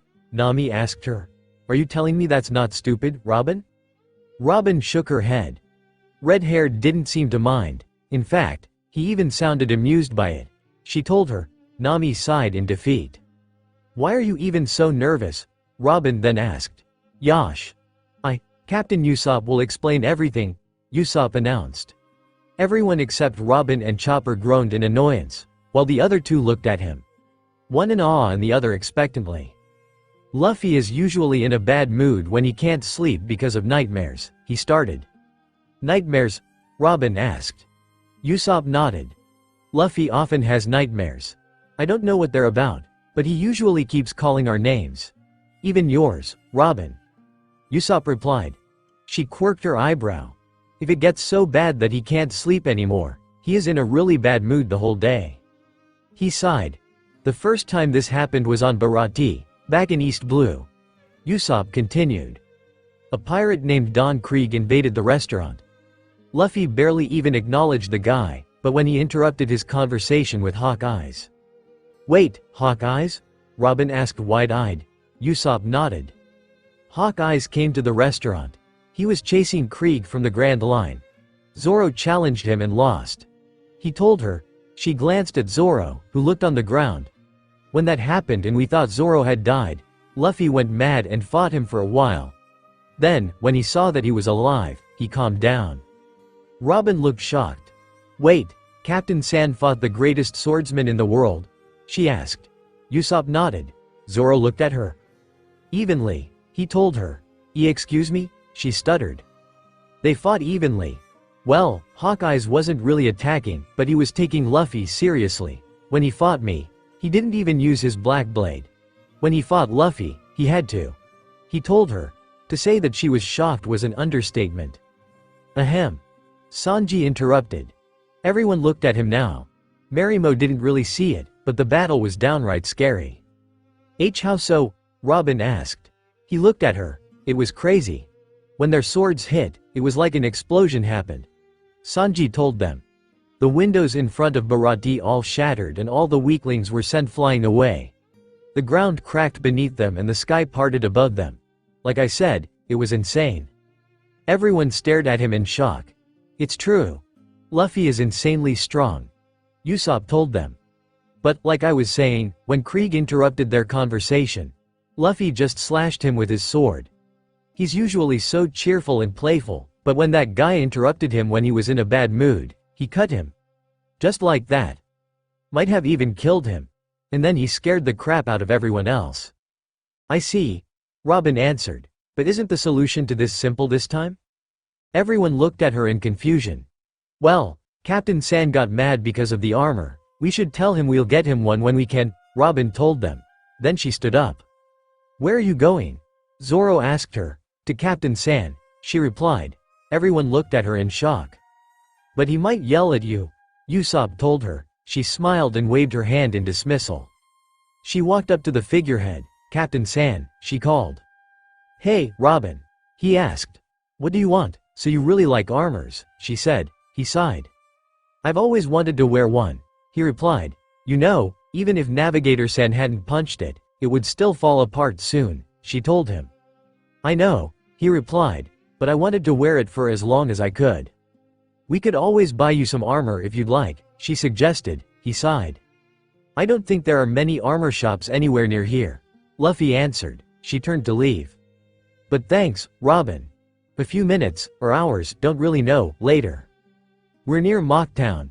Masira yelled from the back of his ship at the Straw Hat ship that was following. Both ships then anchored at the town. Luffy jumped off the ship and turned around. Hey Zoro, he yelled. Want to get a drink? Zoro smirked. Sure, Captain, he replied and jumped off. Might I also come with you, Captain Sand? Robin asked. Everyone looked at her in confusion, since they didn't expect it, but Luffy just grinned. Sure, Robin, he replied. She went after them. Hey guys, no fighting, don't cause any trouble, Nami yelled. Luffy turned around, shook his head. I'll fight if I feel like it, he answered. He could see Zoro's smirk from the corner of his eye. What about supplies? She yelled. He grinned. We'll leave the boring stuff to you guys, Luffy replied. Robin chuckled in amusement as the navigator started to turn red in anger. 35. Mocktown. There's a lot of different people, Luffy started as they walked from the harbor of Mocktown. Seems like a fun little town, Zoro agreed. Robin nodded. This appears to be a pirate town. I'm sure it'll be interesting, she added. Luffy nodded. You bet, he replied as they walked past many different pirates. One had a large halberd in his hand. As they walked down the town, Luffy felt several familiar auras. He tensed up. What's wrong, Luffy? Zoro asked. Luffy sighed. I knew it. As soon as I talked to Whitebeard, I knew what would happen. Luffy lied. They both looked at him oddly, one from each side. Luffy sighed again. Blackbeard is in this town, and since I promised, I can't fight him, he told them. Excuse me, Captain Sand, but what exactly did Blackbeard do? Robin asked. Luffy looked at her. To me, nothing. Luffy replied. But he nearly killed one of my brother's Nakama. 4th Division Commander Thatch is still fighting for his life. Robin looked at him and tried to say something, but something else got Luffy's attention. An old man fell off his horse in front of them. One of Blackbeard's Nakama, thought Luffy. Who is that? Robin asked. Luffy shrugged. He fell off. Luffy replied. Even though Luffy hated Blackbeard, his hate didn't really extend all that much to his Nakama, since they had nothing to do with neither the betrayal nor Ace's defeat, since they didn't even have haki. Yep. Fell right off. Zoro repeated with a sweat drop. The man on the ground, Doc Q grunted as if in pain. He lifted his head and looked straight at Luffy. Hey, good folk. He asked. Could you help me? Zoro and Luffy both sweat dropped. You just don't feel like getting up, Zoro replied in a deadpanned expression. The man grunted again. Luffy, get that side, Zoro said. Luffy nodded and they grabbed Doc Q and threw him on the horse. Oh, sorry about that. The man apologized. I'm back up. I was born with a weak body. Yeah right. Luffy thought. Now let's go, stronger, Doc Q commanded to his horse. The horse took a step forward and fell forward on the ground. The horse too? Luffy and Zoro yelled. Robin giggled in the background. Then the horse somehow picked himself up. Forgive me for being such a bother, Doc Q replied and offered a basket full of apples. I'd like to repay you with those. Would you like one? Zoro's sweat dropped. Hey, that's way too suspicious. We don't want any, hurry up and get lost, he said, but Luffy ignored his words and just went ahead and took one of the apples. Ooh, an apple, Luffy said and took a bite. Just as he did that, something exploded in the background. "Hey, what happened?" a random man asked. "Some guys took some apples from some weird guy and as soon as they ate them, all 5 of them exploded," another replied. Zoro and Robin looked at Luffy, who was munching on an apple. He swallowed and then started laughing, much to their bewilderment. She. It seems I'm really lucky then," he told the man and ate the rest of the apple. The man laughed. "Exactly. You picked a dud.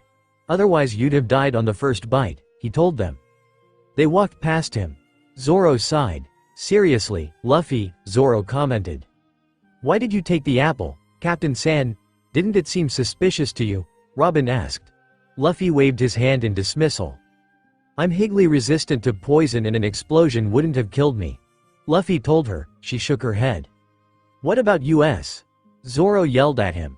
"Ah, right," Luffy answered and gained a thoughtful expression. Then he punched his right fist on his left hand.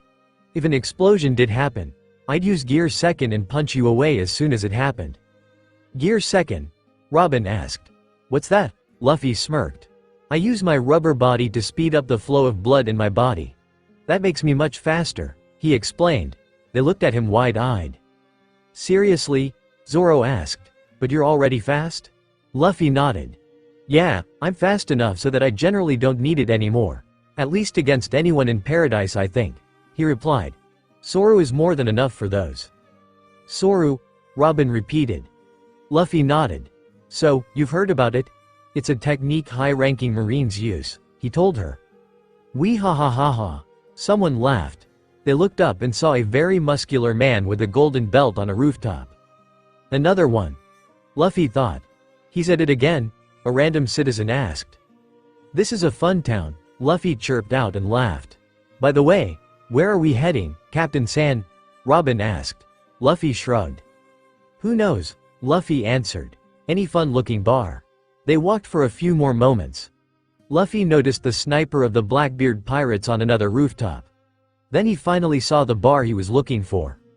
"There," he said and pointed towards a bar, which a blonde-haired pirate with a blue captain's coat had just entered. "Ah, Bellamy. You're going to be a jerk today, aren't you?" Luffy thought in irritation. But then another man gained his attention. It was him, Blackbeard. At the same time as Bellamy entered the bar, Blackbeard exited it. They did not share a glance. Luffy struggled to restrain himself as he walked towards the bar, Blackbeard coming in his direction. Zoro and Robin both noticed this and kept looking at him. Blackbeard and Luffy passed each other. Luffy kept looking into the ground, while Blackbeard looked at him in interest. Then, as soon as they were a few feet away from each other, Luffy lost control. For just a second, his right hand blackened. It was like a flick, but the other man noticed it. Blackbeard stopped walking. Luffy stopped too. Luffy looked over his shoulder and saw Blackbeard doing the same, however his expression seemed drastically different to Luffy's. Luffy glared at him, but Blackbeard's eyes were wide. He was sweating. He actually looked frightened. "What's going on?" thought both Robin and Zoro, but didn't dare say anything. "Damn, I lost control," thought Luffy, as he looked straight into Blackbeard's disbelieving eyes. "What overwhelming hockey," thought Blackbeard. "For a moment I thought I felt red-haired's aura." He finally composed himself and turned around fully. Luffy and his 2 crew members followed his example. "What's your name?" Blackbeard asked. Luffy relaxed his posture somewhat. "I'm Monkey D. Luffy," he answered. Blackbeard's eyes widened. "That's the guy that defeated the Shichibukai crocodile," he thought. "But I had no idea he was this powerful." "Your bounty?" Blackbeard asked after a few moments. 70.000.000 berry. Luffy answered. "I'm sure the new wanted posters will arrive soon," Blackbeard thought. "Then his bounty will be at least double that." "Your name?" Luffy asked. Altro he already knew the answer. "Marshall D. Teach," Blackbeard answered. Luffy nodded. "Nice to meet you," he answered. "Likewise," Blackbeard replied. They then turned around and headed each into his own direction. "Damn. If I knew he had refused the Shichibukai position, I'd fight him right now," Blackbeard thought. "But if I attack him while he's considering or he has accepted, the government won't like me too much." He turned his head around and glanced at Luffy, who had just entered the bar, followed by his 2 crewmates. And if my observation hockey is correct, he's way too strong to fight without knowing for sure. He then walked away. When Luffy entered the bar, followed by Robin and Zoro, the entire place went quiet. Whether it was because of Luffy's commanding aura or because they recognized his face, every person inside ceased their conversation and looked at the new arrival. The three walked towards the counter and sat down, Luffy intentionally sitting near Bellamy. Zoro and Robin sat down to his left. Most of the attention was still on them, but a few of the patrons started talking again. "Hey old man, get me a glass of wine," Luffy ordered. "Coming right up," the bartender replied. Zoro quirked an eyebrow at this. "Luffy, you drink wine?" he asked. "I drink whatever I feel like," Luffy answered, "and say what you want." "I'll have wine like Captain-san," Robin ordered. "I'll have sake," Zoro told him. "You're the captain?" Bellamy asked mockingly as Luffy got his drink. Luffy took a sip and turned to him. "Yep," he replied simply. "How could a squirt like you be the captain?" Bellamy asked and laughed. His crew laughed alongside him. Zoro and Robin didn't react, but they looked at Luffy, wondering what he'll do. He calmly kept drinking from his glass. After the laughter quieted down, Luffy put down the glass on the counter rather loudly. Bellamy and a few of his men, most notably perhaps, Sarquis, tensed up. "I haven't heard a complaint yet," Luffy answered in a low tone. "Actually, I think my crew was quite happy with me when I defeated Sir Crocodile of the Shichibukai." The bar quieted down immediately. Zoro smirked. "You, defeat Crocodile?"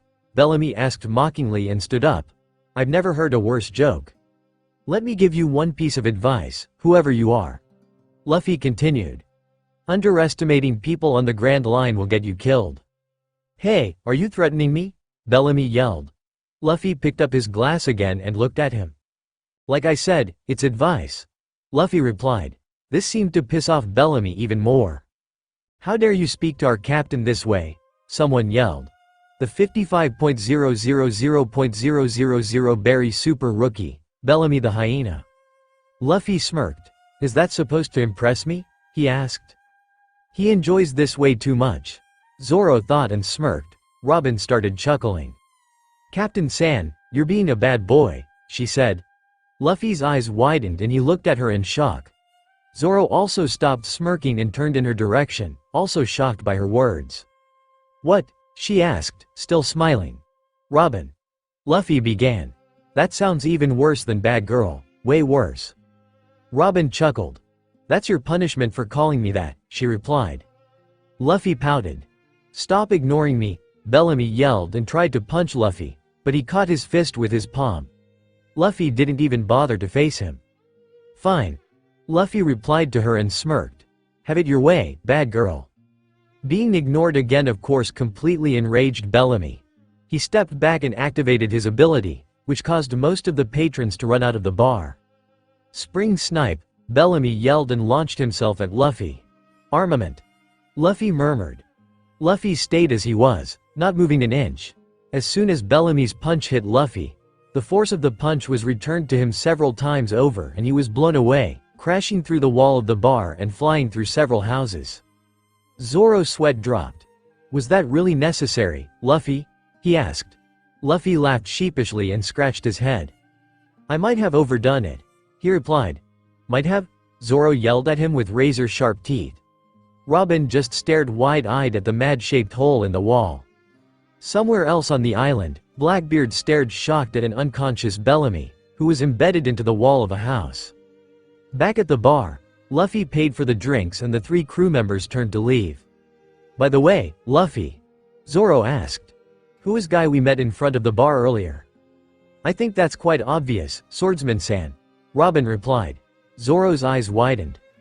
"Blackbeard?" he asked. Luffy nodded. "That's him," he replied. "But let's forget about him and think about Sky Island now." He raised both of his hands in the sky. "Adventure, 36. How lucky we are."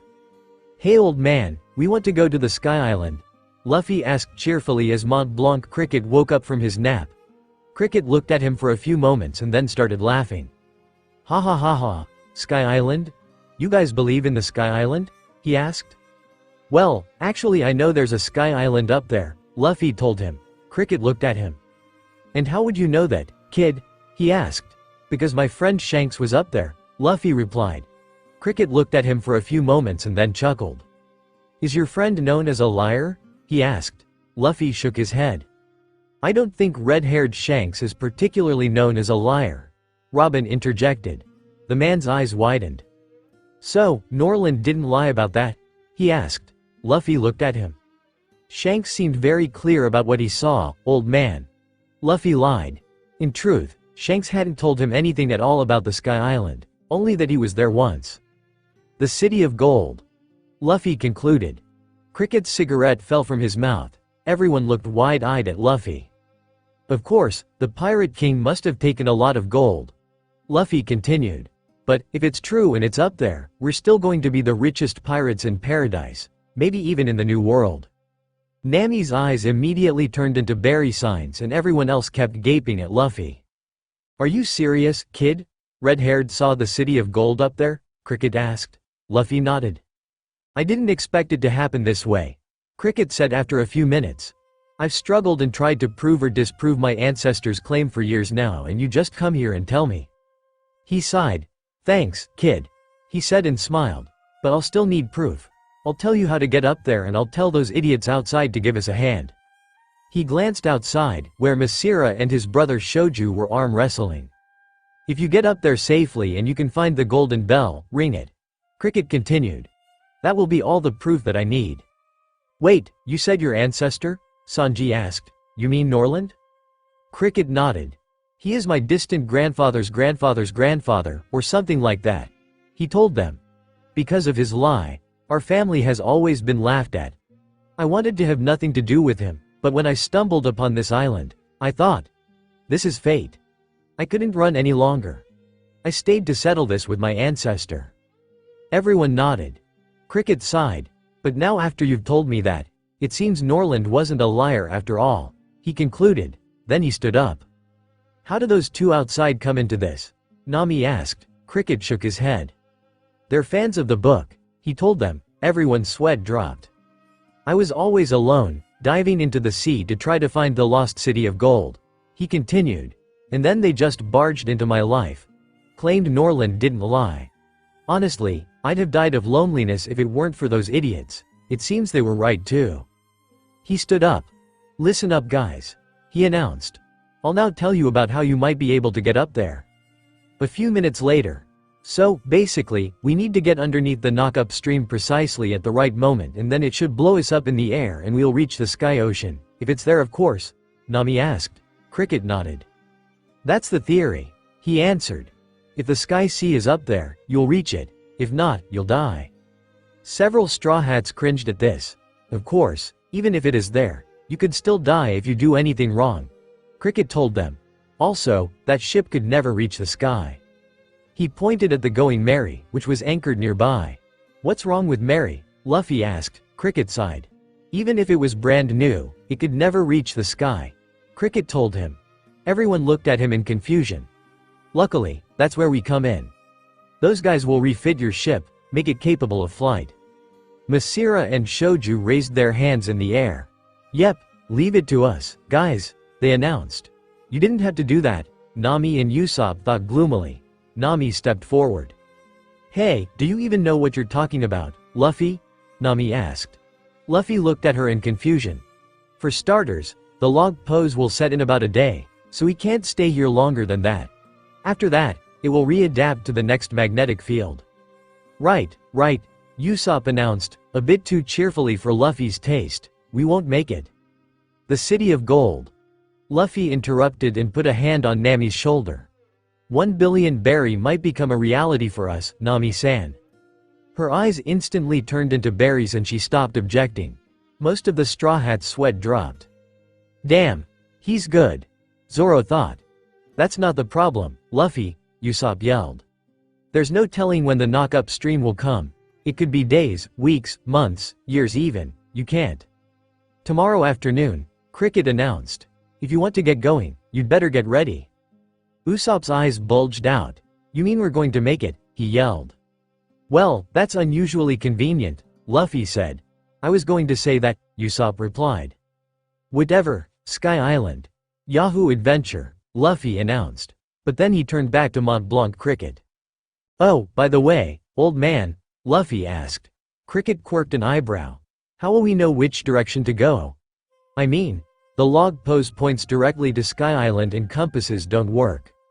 Wait here. The man replied and took a step back into his half-house. Nami stared wide-eyed at Luffy and took a step back. Luffy sighed. What? He asked. What did you do with Luffy? She asked. Robin chuckled. What do you mean? Luffy yelled. You said something smart, Luffy. Sanji announced. Usopp nodded furiously. Zoro face palmed. Luffy looked at Sanji with half-lidded eyes. You're both jerks, he said. He heard Robin chuckle again. Well, at least someone's amused, he told her. She shrugged. I find the way they treat their captain quite amusing, she told him.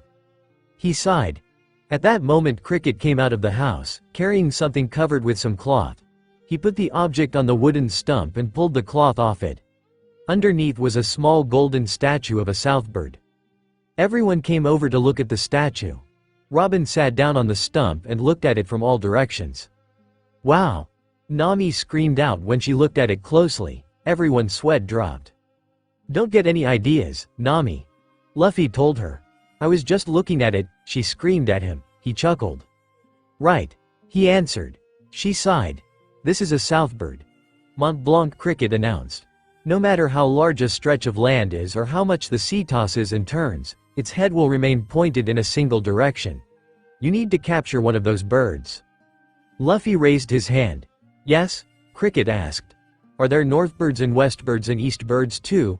He asked. Cricket nodded. I've seen a northbird once. I've never seen one of the other two, but they exist, he answered. So, let's not waste any time and capture one, Zoro said. Yes, have fun, Luffy announced. Everyone looked at him. You're coming with us, Nami ordered. Luffy shook his head. She. No, I'll leave the boring stuff to you guys, he told her. It's also good training for you. But Luffy, Nami started. Have fun, he interrupted. Jerks. Oh, so that's what this is about, shitty rubber, Sanji yelled. Luffy laughed. She. Well, you shouldn't be mean to your captain, jerk, he told him.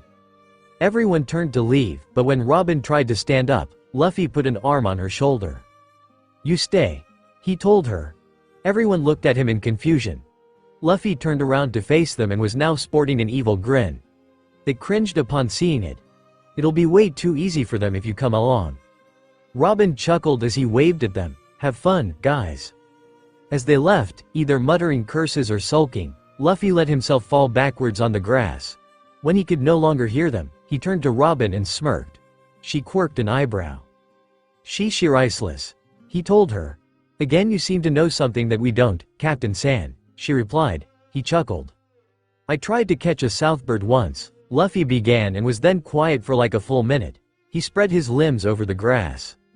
Well, like I said, he then continued. It should be funny, she. You're right, kid. Cricket added, also sporting a grin of his own. Those birds are devilish. She sighed. I hope they aren't in danger, she said. Luffy chuckled again. Nah. Not serious danger anyway, Luffy answered. She shook her head. By the way, Captain San. If you wanted Blackbeard gone so much, why didn't you just provoke him or something? She asked after a moment. Or you could have just attacked him anyway. Who is Blackbeard? Cricket asked, as he sat down next to them. He was following their conversation. A traitor. Luffy answered. Blackbeard or Marshal D. Teach was part of Whitebeard's crew, but he betrayed them and nearly killed one of their commanders. He's a Nakama-killing bastard, the worst kind of a man you can find on the sea. Cricket's eyes widened. Whitebeard? What do you have to do with Whitebeard, kid? He asked. Luffy looked at him. Both of my brothers are in his crew. He answered, much to Cricket's shock, but even if they weren't, I'd still hate the guy. I can't stand to even be around people like that. He pulled himself up and sat on the grass. I mean, I'd let go of anything else. But a man who kills one of his Nakama, who basically put his life and trust into his hands, a man like that deserves to die on the spot. Both of them looked at him with wide eyes, shocked beyond belief at the words that came from his usually cheerful mouth. That's quite shocking to hear from you. Robin told him. He looked at her and sighed. Nakama aren't supposed to kill each other. He told her. When you join a pirate crew, you are hunted and hated by the world, so your nakama are often the only people you can turn your back to. To be betrayed by one of them, it's unthinkable. He sighed and fell back on the grass. I don't know that much about Whitebeard, but I've heard that he has only one ironclad rule. Don't kill your nakama. Whatever the reason. Luffy continued.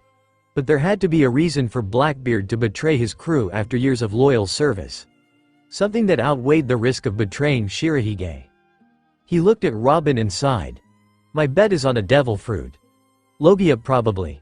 And it has to be very powerful, even among the best of them. Luffy finished. He knew that was correct. Yami Yami no Mi was most likely a Logia, and it had the ability to disable any devil fruit on touch. Even Luffy's, which was always on, even in sea stone and water. That's quite an impressive deduction, Captain San. Robin told him. He laughed. Thanks, he replied. But even if he really wanted the fruit, he could always have stolen it. He didn't need to kill anyone. If he had stolen it, he'd probably get punished, but he'd live. So, I guess he was planning all of this somehow. He sighed again and looked at the ground. And that's why I fear for Ace. He concluded, and in only a few weeks you'll see I was right. But, I'll prevent the worst, I swear. His arm blackened again. Robin looked at it cautiously. You're dealing with big shots there, kid, Cricket replied. Luffy nodded. How strong do you think he is? Robin asked him. Luffy shrugged. Seeing as he dared to betray Whitebeard, I'd say he's at least as strong as the average commander, but he could be even stronger. He replied. In all honesty, Luffy didn't know. When he met him in Mock Town, Blackbeard never showed his level of haki, and Luffy was unable to sense it when they met and impelled down in his first life. He knew that he had managed to kill his former captain, but he also knew that Whitebeard was by then nearly dead, using most of his haki and strength just to remain alive, so he was fairly sure that he himself was stronger than Blackbeard as well, since he couldn't imagine Shanks, for example, having too much trouble with Whitebeard in such a state. But Blackbeard nearly died to him. They were silent for a few moments, but then Robin remembered something. You haven't answered my question, Captain San. She told him. He looked at her. Why didn't you provoke him or something like that? He sighed. When something like this happens, a crew's reputation is at stake. It's their job to deal with the betrayer. It'd be poor honor to do that for them. As much as I was tempted, I couldn't do that. Luffy told her. Also, I don't break promises. After a few hours, the modifications and repair of the Going Merry were nearly finished. Sanji came running towards the three pirates, seated on or near the tree stump, followed by the rest of their crew members. Zoro carried a southbird in his hands. All of them had plenty of bumps and small cuts on their bodies, but worst of all, following behind them was half the animals of the Jaya forest. Luffy pointed at them and fell over, laughing his ass off. When Robin saw the scene, her eyes widened and she failed to suppress her own laughter. Foo foo foo foo foo. I see what you meant, Captain San. Hey, stop laughing. Zoro yelled with an angry red face. She. Sorry, she. Quit that. Nami yelled. Foo foo foo foo foo foo foo. Sorry, Navigator-san. Then as they reached them, Luffy stood up and released a wave of controlled Conqueror's haki. All the animals following them fell down on the ground. Luffy looked at his crew members for a few moments and then continued laughing. Stop it, Sanji yelled. Stop laughing, shitty rubber. Robin, on the other hand, stared at the fallen animals in shock. What did just happen? Was that also haki?